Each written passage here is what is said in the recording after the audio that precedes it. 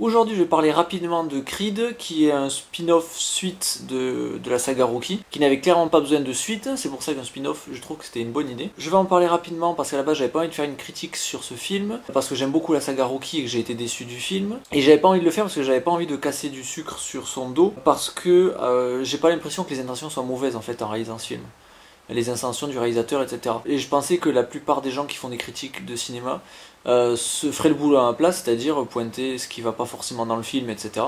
Et en fait, tout le monde apparemment a l'air de vachement aimer le film, etc. Donc bon, je fais cette critique pour apporter un autre point de vue, mais j'avais pas forcément envie de la faire et j'ai pas envie de casser du sucre sur le dos de ce film. Alors je vais lister vite fait ce que j'ai pas spécialement aimé, ce que j'ai aimé, et ensuite j'approfondirai tout ça dans les spoilers. Très rapidement, je le rappelle, je passerai pas 3 heures sur le film, il y a beaucoup de choses à dire, mais j'ai pas envie de faire une vidéo trop longue. Pour résumer, en fait, pour moi un film Rocky, c'est de la vérité, de la philosophie, et enfin de l'épique. Et je trouve que le film aurait très bien pu être épique, la bande-annonce elle est épique, mais dans le film en fait ça fonctionne pas à cause d'une mauvaise gestion du rythme, une mauvaise gestion de la musique je trouve, et c'est dommage. Au niveau philosophie, il y a 2-3 moments où on nous donne une leçon de vie, etc. Mais c'est sur 2-3 phrases, c'est pas comme sur les autres Rocky où t'avais un long monologue où il expliquait les enjeux philosophiques du film. Je pense au 1 par exemple, où la question c'est je sais que je vais pas réussir, mais on me file cette chance elle se présente à moi, je la saisis, je vais jusqu'au bout et c'est pas grave si je perds, l'important c'est pas de gagner,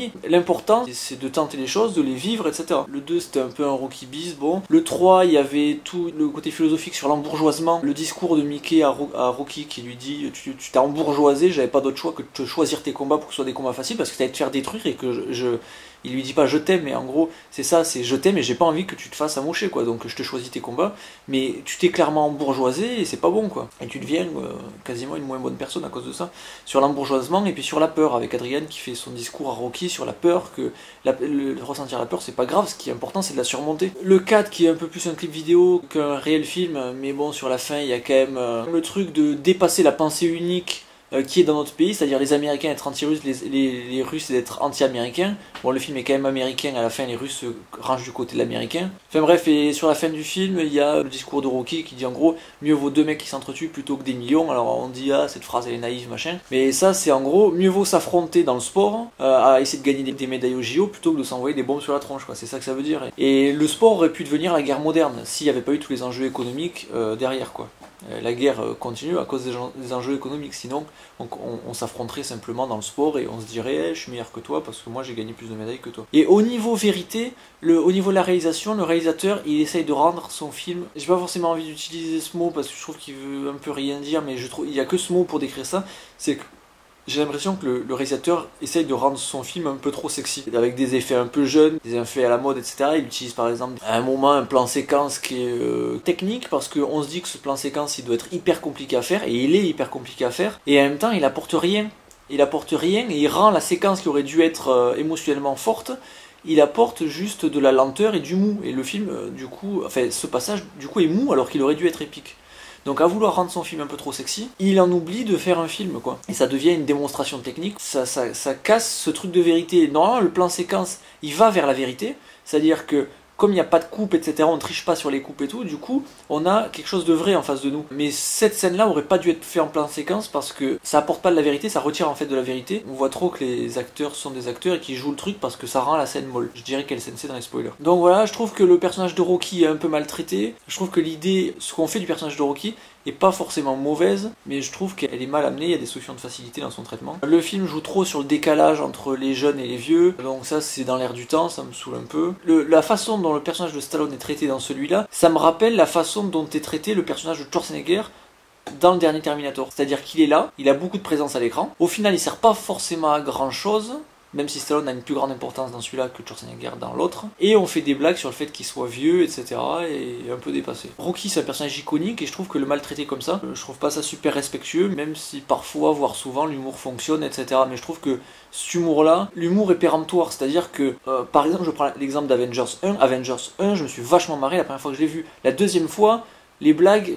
elle me faisait à peine sourire, et la troisième fois je trouvais qu'elles étaient pathétiques parce qu'elles reposaient sur rien. Il y avait le film et puis il y avait des blagues comme ça, mais qui n'étaient pas raccord avec le film. On aurait pu faire ces blagues en changeant totalement le film, ça aurait rien changé quoi. Donc les blagues dans Avengers, c'est une cerise sur un gâteau dégueulasse quoi. Donc là je l'ai vu qu'une fois, donc s'il faut les blagues pour lesquelles j'ai rigolé là, elles me feront pas rire la prochaine fois que je le verrai. Ensuite, le film ne prend pas du tout en compte le 5. Le film reprend plein d'éléments scénaristiques du 5 et sans jamais évoquer que l'histoire se répète avec Tommy Gunn dans le 5 et là c'est Adonis Johnson qui veut se faire entraîner par Rocky, exactement comme dans le 5, Tommy Gunn qui voulait se faire entraîner par Rocky, qui vient spécialement voir Rocky et chez Rocky, je vais pas trop m'étendre là. Et on n'en parle pas du tout, alors qu'ils auraient pu dire, bon, j'ai déjà été entraîneur, ça a pas bien fonctionné. Être entraîneur, c'est que 50% du boulot, je veux dire, c'est pas parce que tu es un bon entraîneur que tu pourras apporter la technique au mec, mais si ton poulain, il a pas le cœur nécessaire, et s'il a pas l'envie, s'il a pas la volonté, etc., et que ce qu'il veut, c'est juste être champion du monde pour se la péter, bon ben,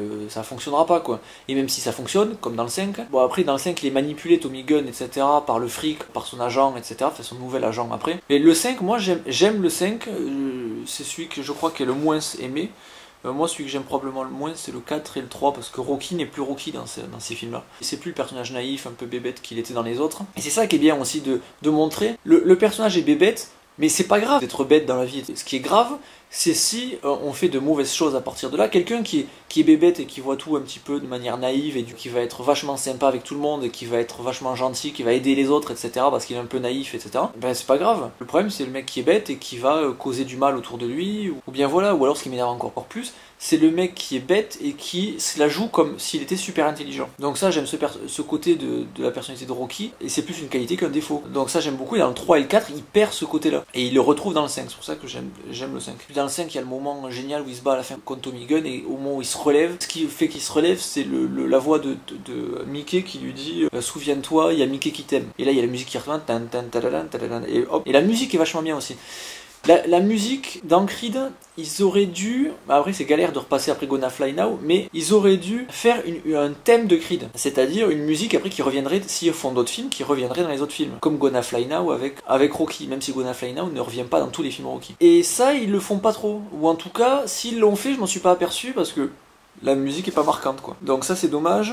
L'entraînement est pas épique, normalement tous les entraînements dans les Rocky, à chaque fois ils sont hyper épiques, et les phases d'entraînement dans Rocky, c'est des vidéos de motivation qu'on peut retrouver sur YouTube où les mecs isolent ces séquences-là pour se les regarder. C'est des séquences de motivation qui te motivent à devenir quelqu'un de meilleur, quoi. Donc ça c'est hallucinant. Et là, dans ce Creed, on retrouve pas ça. C'est-à-dire que quand on voit la séquence d'entraînement, ça nous pousse pas à faire du sport, à vouloir s'améliorer, etc. C'est pas un élément de motivation, quoi. Les premières séquences du film qui ralentissent le début et qui sont mal placées, j'en reparlais dans les spoilers, ça. Pour la performance de Stallone a eu le Golden Globe du meilleur second rôle. Et franchement, c'est vraiment pas sa meilleure performance en tant que Rocky, tellement que le rôle est pas forcément bien écrit dans ce film-là. Pour moi, là où il est le meilleur, c'est dans le 1 et dans le 6. Le 1, je crois qu'il avait été nominé peut-être au meilleur acteur, je vérifierai.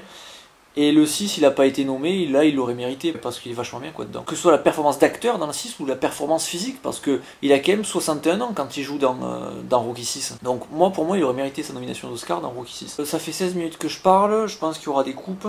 Tout ça pour dire que le film a déçu. Il colle pas à ce que doit être selon moi un Rocky, c'est-à-dire de la vérité, de la philosophie de l'épique, dans cet ordre-là. C'est-à-dire on commence par la vie du personnage, c'est-à-dire de la vérité. On enchaîne avec de la philosophie, c'est ce qui va mener au combat, de la philosophie, et ensuite on termine sur de l'épique. Je dis, il n'y a pas besoin de gagner ou de perdre, l'important c'est de se battre contre soi-même. À un moment il le dit dans le film, mais c'est complètement évacué, la scène se termine par une note d'humour, et du coup, ça casse le côté philosophique de la scène. Parce que quand on parle de philosophie, c'est du sérieux quoi, je veux dire, si tu mets des petites blagues, etc., ça désamorce la philosophie. Donc maintenant je vais passer au spoiler, si vous n'avez pas vu le film, regardez pas. Je suis content que tout le monde l'aime, parce que j'aime cette saga et que je préfère que les gens l'aiment plutôt que la détestent. Maintenant le film est clairement en dessous des autres, je pense. C'est pas forcément un mauvais film. Le problème c'est que j'ai l'impression qu'il maîtrise pas les codes des Rocky. Tout est à peu près désamorcé, que ce soit par l'humour ou alors par le manque de rythme des scènes ou le manque d'épique, etc. Ce truc de vouloir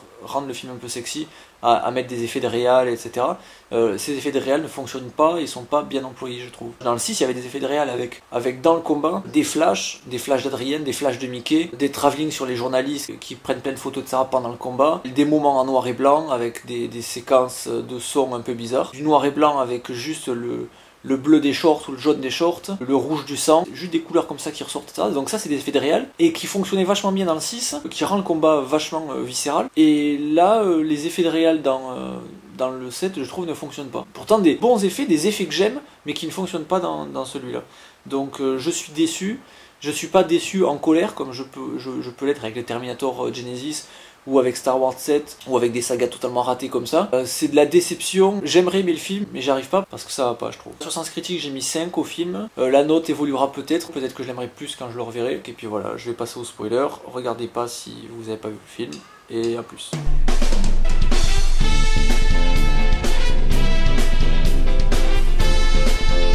Donc, j'ai filmé pendant 20 minutes, il y aura sûrement beaucoup de coupes, ça va me faire du boulot au montage, donc je vais essayer d'aller vite. Une petite incohérence, c'est que je trouve que Rocky, ça a été le mec qui a toujours dit non avant de dire oui. C'est-à-dire que dans le 1, on va lui proposer Apollo Creed, et la phrase c'est Rocky, seriez-vous intéressé par un combat avec le champion du monde Apollo Creed? Et la première réaction de Rocky, c'est de s'offusquer, de faire non. Manière de dire, ben non, ça va pas quoi. Et c'est après qu'il dit oui, hein, parce qu'il comprend que c'est une chance. Et c'est pas une chance d'être connu, de gagner du fric ou quoi que ce soit, mais c'est une chance de se prouver à lui-même qu'il vaut pas rien. Autrement dit, on lui met cette épreuve en face de lui, et on lui dit t'as envie de franchir cet obstacle ou pas? Le fait de dire non, c'est une façon de se dire à soi-même aussi, je suis pas capable et je suis mauvais, etc. Donc il finit par dire oui. Dans le deuxième, on lui propose la revanche avec Apollo Creed, et il dit non, il dit non, il dit non. Et puis finalement, dans la presse, on lui dit que c'est une poule mouillée, etc. et machin, et il finit par dire oui. Dans le 3, il refuse le combat contre Clubber Lang, prend ma retraite et tout, et c'est quand il apprend que Mickey lui a arrangé ses matchs, etc., que là il se dit, ben, en gros, je suis un imposteur, je suis un mauvais, je dois accepter ce combat, et il l'accepte. Dans le 6, on lui propose le combat, et puis sa première réaction, c'est de se dire, quel intérêt j'aurais à être blessé et humilié en me battant contre le champion du monde? Je veux dire, j'ai aucun intérêt là-dedans, pourquoi je ferais ça, quoi? Et puis finalement, ça le travaille, et puis finalement, il finit par accepter, et puis il y va, et puis et il sait qu'il va perdre, et puis il y a Paulie qui lui dit qu'il lui faut vraiment avoir du cran pour remonter sur le ring en sachant qu'on va se faire dérouiller. Et Rocky, il sourit juste, et voilà quoi, et il remonte sur le ring, il sait qu'il va se faire démolir, et il y va quand même, tout le monde se moque de lui, et puis il s'en fout, lui, il y va pour lui, quoi, comme il dit à son fils, il se dit, moi j'ai l'impression que moi je me le dois à moi-même de faire ce combat. Le combat en réalité n'a rien à voir avec la boxe, c'est son rapport à lui-même qui fait qu'il se sent obligé d'aller combattre. Et comme il dit dans le 1, quand Adrien lui demande pourquoi vous êtes mis à la boxe, et il lui dit je savais ni chanter ni danser, et puis c'est une façon de me prouver à moi-même que je suis pas un loser. Donc c'est un personnage qui dit toujours non avant de dire oui. Et puis là, dans le film, quand on lui propose un combat contre le rival de la salle de boxe, le mec qui a 17 victoires, 0 défaites, et premier truc, et il dit non, on n'y va pas, t'as pas intérêt à te battre contre lui, machin, ok, donc ça c'est cohérent. Et puis après on lui propose le champion du monde qui apparemment est un tueur, et là il dit pas non. Il dit ok, il en parle à Adonis il dit ok on y va, et puis c'est parti, on va faire le combat quoi. J'aurais préféré qu'il lui fasse un disque. Comme a fait David Fincher en fait avec Rooney Mara avant de la caster pour Millennium. Il a parlé à Rooney Mara, et il a dit voilà toutes les raisons de ne pas faire le film. Il y aura les scènes de nudité, ce sera de la nudité en plus humiliante, parce que scène de viol et machin. Ça risque d'être un personnage qui te suivra toute ta carrière, t'arriveras pas à te démarquer de ce personnage, tu devras fumer énormément, tu devras te raser, pas te raser mais la coupe de cheveux, autrement dit, tu pourras plus faire de films avant un paquet de temps, avant que tes cheveux repoussent, etc. L'image que ça pourra avoir sur toi et tout, etc. etc. Ce sera un tournage très éprouvant, etc. etc. Il a dit tous les mauvais côtés. Manière de dire, je vais pas essayer de te séduire avec les bons côtés pour que tu t'embarques dans un truc que tu regretteras après. Autrement dit, c'est parce que je t'aime, que je veux pas que tu le fasses, maintenant, si tu veux le faire, fais-le et vas-y à fond. À mon avis, il y aurait eu besoin de ça, il y aurait besoin que Rocky se pose avec Adonis et lui dise ton nom, beaucoup de personnes vont penser que tu le mérites pas. Si tu y vas et que tu te prends une dérouillée, ça va être encore pire, ça risque d'avoir des conséquences sur ta vie. Maintenant, cette chance-là, tu l'auras pas deux fois dans ta vie. Donc moi, je veux pas que tu le fasses, qu'est-ce que tu fais? Et là, Adonis aurait dit moi j'y vais. Comme Rocky dans le 6, où tout le monde lui dit n'y va pas et qui dit si j'y vais, j'ai besoin d'y aller. Il y a juste la petite Marie qui lui dit t'es un boxeur, si c'est ça que tu ressens au fond de toi, alors vas-y boxe, un boxeur ça boxe. Les moments mal placés dans le film, c'est la phrase qui est géniale dans la bande-annonce, ressens tout ça, toute ta peine, toute ta douleur, etc. Ressens-le, machin. Souviens-t'en, c'est hyper épique ce moment. Et je pensais avant d'y aller que le film allait pas me faire chialer, mais presque quoi, avec cette sortie de phrase. Souviens-toi de tout ce qui t'a fait mal, de toute la douleur que t'as eue en toi. Et tu comprendras ce que nous on a vécu. Ta place c'est ici. Et en fait, il lui dit ça, même pas avec beaucoup d'entrain ni rien, il lui dit ça à l'entraînement comme ça.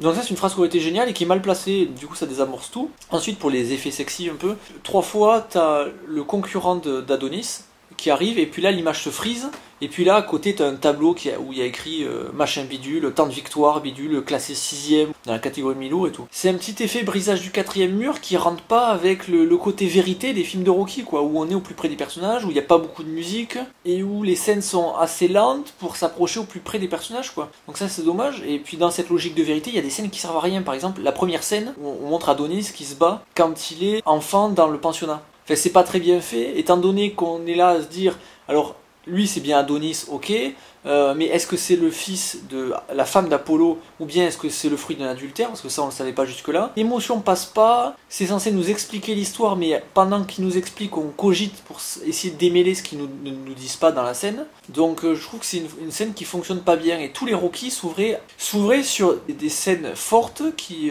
nous mettent dans l'ambiance. Pour moi, une scène où il n'y a pas les acteurs qu'on voit dans le reste du film, elle doit se suffire à elle-même. Par exemple, une scène d'ouverture où on ne présente aucun des acteurs qui seront dans le film qui réussit, c'est la première scène d'X-Men 1 par exemple. C'est censé être un film de super-héros, on nous place un personnage dans un camp de concentration. Et la scène est vachement bien faite, et la scène se suffit à elle-même. La scène, il y a un début, un milieu, une fin. Et puis hop, ça pourrait être un petit court-métrage comme ça, sur l'enfance de Magneto, machin. La scène fonctionne en elle-même, alors que là, la scène ne fonctionne que rattachée au film, et la scène est en dessous du film. Donc au final, ça plombe l'ouverture du film, pour que dalle pour moi. D'autres exemples d'intro réussis.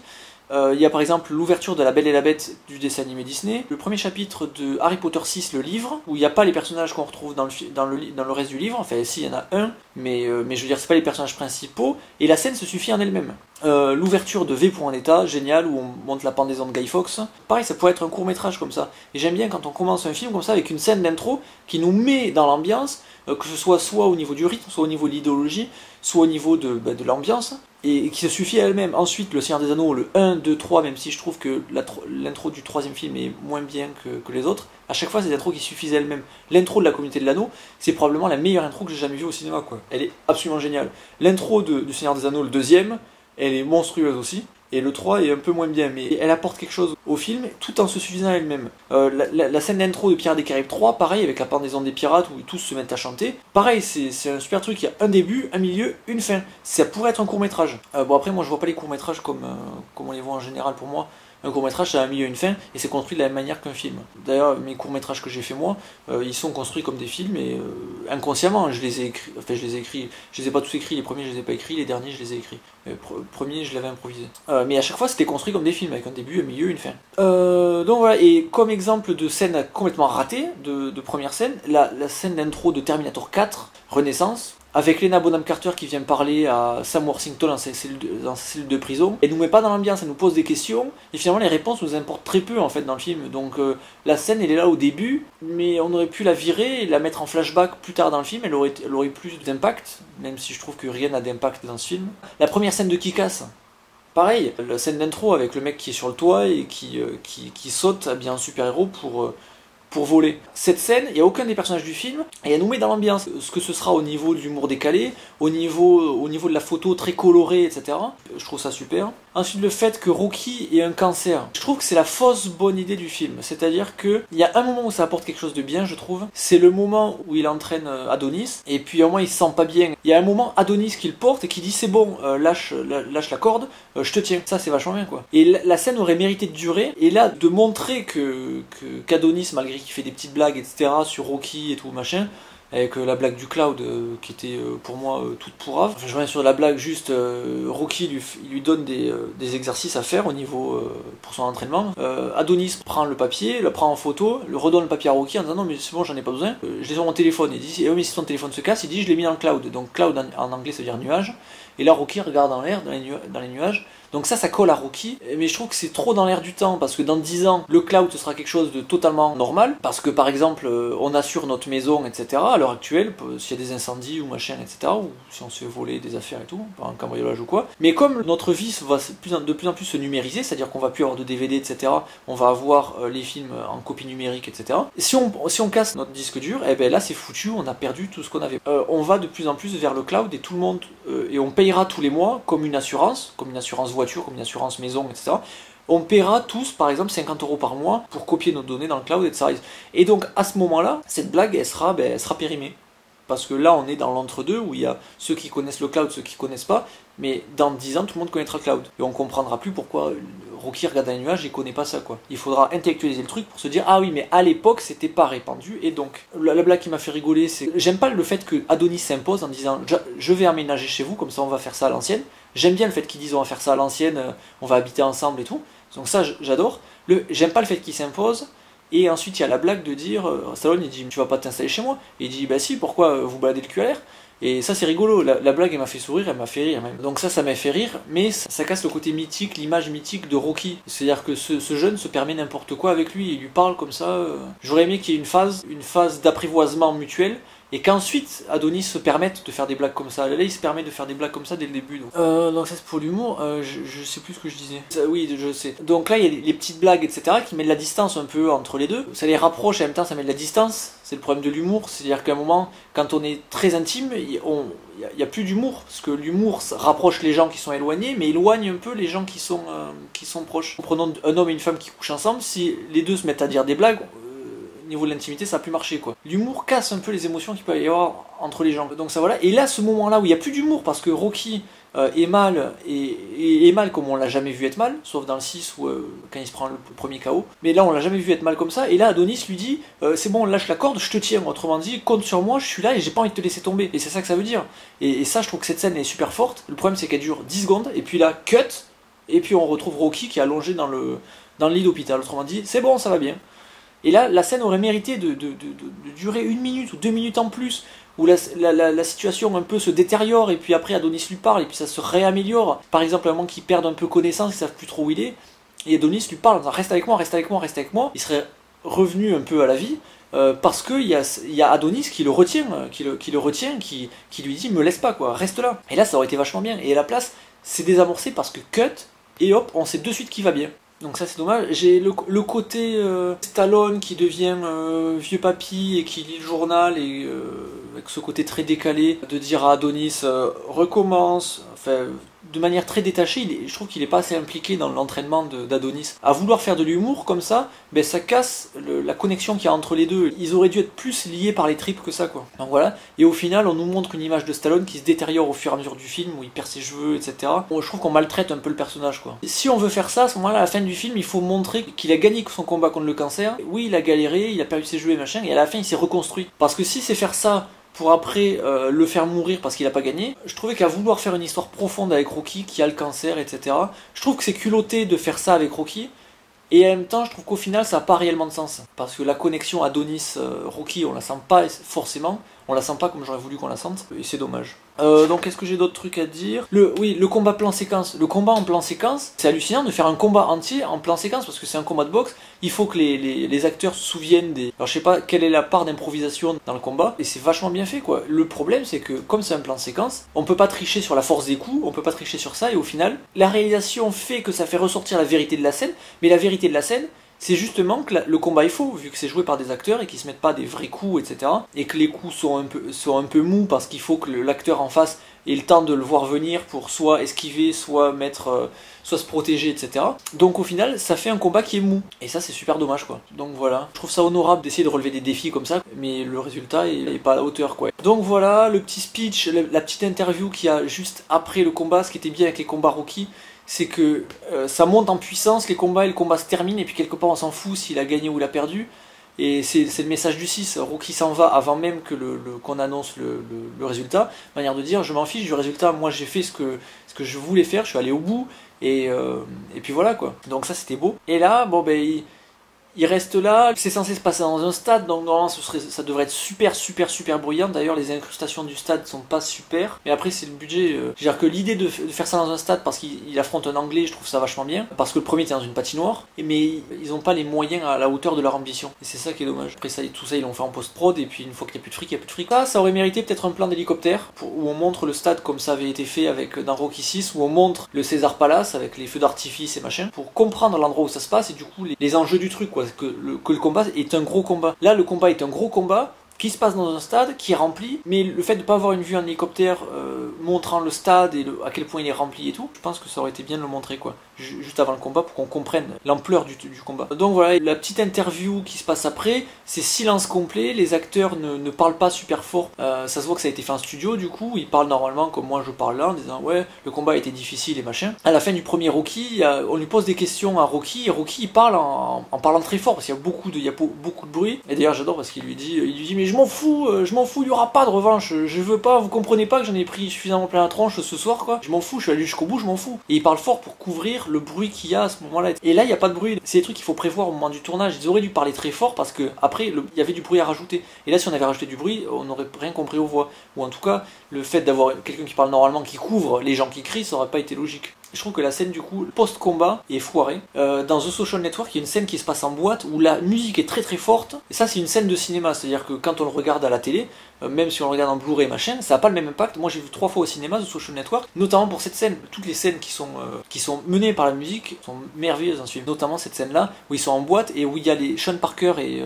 Mark Zuckerberg qui parlent très fort, qui crient en plissant un peu les yeux et puis ils s'approchent à chaque fois qu'ils parlent, etc. C'est des trucs que David Fincher a prévu. Et je me suis dit, ils ont tourné avec la musique. Mais c'était totalement stupide parce qu'après il fallait raccord musique, si tu mets de la musique en fond c'est stupide. Et ils ont tourné ça avec du silence autour. Mais Fincher avait prévu le truc parce qu'il savait le résultat qu'il voulait, etc. Là, à mon avis, le réalisateur n'a pas forcément suffisamment d'expérience ou quoi que ce soit, ou n'a pas forcément réfléchi à cette scène-là, et du coup, il n'a pas prévu ça, et du coup, ça casse complètement l'euphorie qu'il aurait dû avoir après le combat, avec les cris partout, et Adonis qui parle par-dessus les cris de tout le monde, etc. Et le speech qui est fait après, et je trouve mal écrit, donc c'est dommage. Donc c'est ce que j'ai pensé de Creed, même si j'ai pas aimé, j'espère que vous avez aimé, parce que malgré tout, c'est un film qui a bon fond, à mon avis, qui est pas fait pour ramener du fric. Je pense que c'est un film qui est fait par des fans, mais malheureusement, je trouve que le réalisateur n'a pas forcément bien compris les codes du film. Et voilà, en espérant que s'il y en a un autre, il sera mieux, surtout que j'aime bien l'acteur qui fait Adonis. Et voilà, pour moi c'est un film qui manque de vérité, qui manque de philosophie, qui manque d'épique, et